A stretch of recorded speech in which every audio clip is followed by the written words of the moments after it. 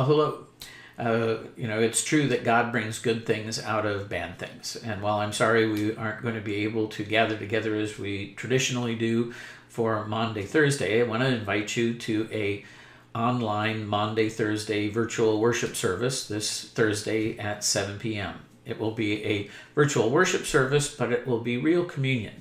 What do I mean by that? Well, that's the unusual opportunity. We have the opportunity for you, if you choose to receive communion at home. How can we do that? Well, the long explanation of that is available for you on a little link on the website here called Understanding Communion. How do we understand communion? What is it really all about? What is a sacrament? And how does all of this work? So that's the long explanation. The short explanation of it, and we'll talk some about it on Thursday night also, but the short explanation is that in fact Jesus' communion that he instituted, the Lord's Supper, was part of the Passover meal that he was having with the apostles. And during that Passover meal, he established his Lord's Supper. Well, the Passover meal was not something that was done in synagogues. It was not something that was done in the temple. It is, in fact, something that was done in each household. And the head of the household was the one who led that service of Passover. So we believe that it's entirely appropriate for you to be able to do that also. Again, if you want a longer explanation, you can download that and click on that link. But if you're interested in doing that, just wanted to give you some instructions of what you would need to prepare. You have to get in advance, prepare the elements. That means a loaf of bread. No, it does not have to be unleavened. It can be if you want to get some unleavened bread, but a loaf of bread, usually not pre-sliced, one that you can tear. Now you can also pre-cut some bread from that to be able to share within your family if you choose to do that. And again, we'll talk about some of the details of all of that, but you need a loaf to tear and bread to share, and then also wine or grape juice. You would need to have a pitcher for that and a cup to pour that into. And then again, if you would like, you can have individual cups, or you can share within your family with what's called the common cup.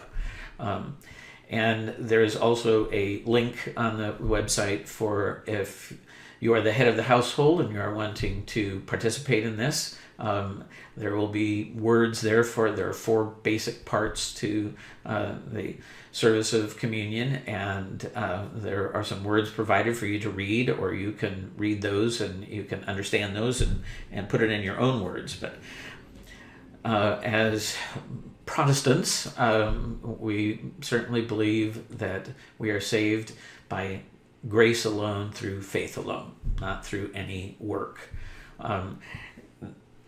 The communion is not a means of grace. Faith is the means of grace, how we appropriate grace into our lives.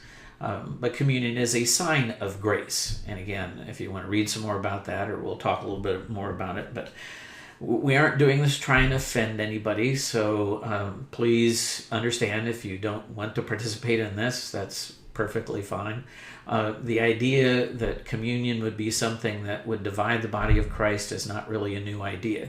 If you read Paul's letter to the church at Corinth, you discover that there was a lot of controversy because initially they were doing communion as part of what they called an agape meal.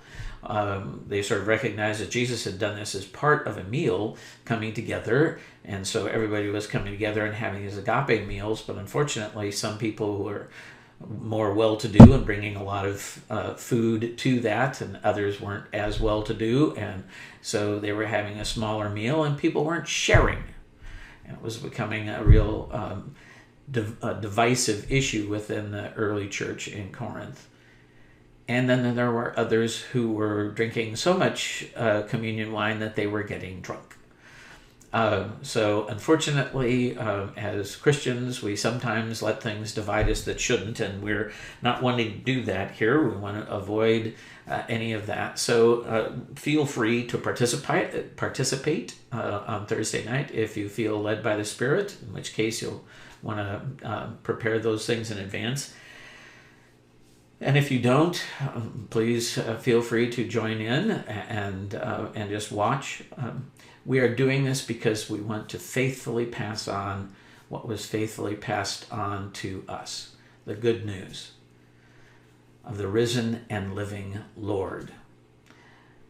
And we want to celebrate that because Easter is the most important event in all of human history, and it is worthy of our remembering, our celebrating, and our proclaiming until he comes again.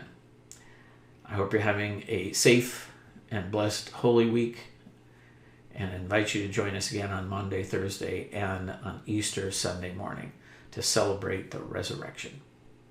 God bless.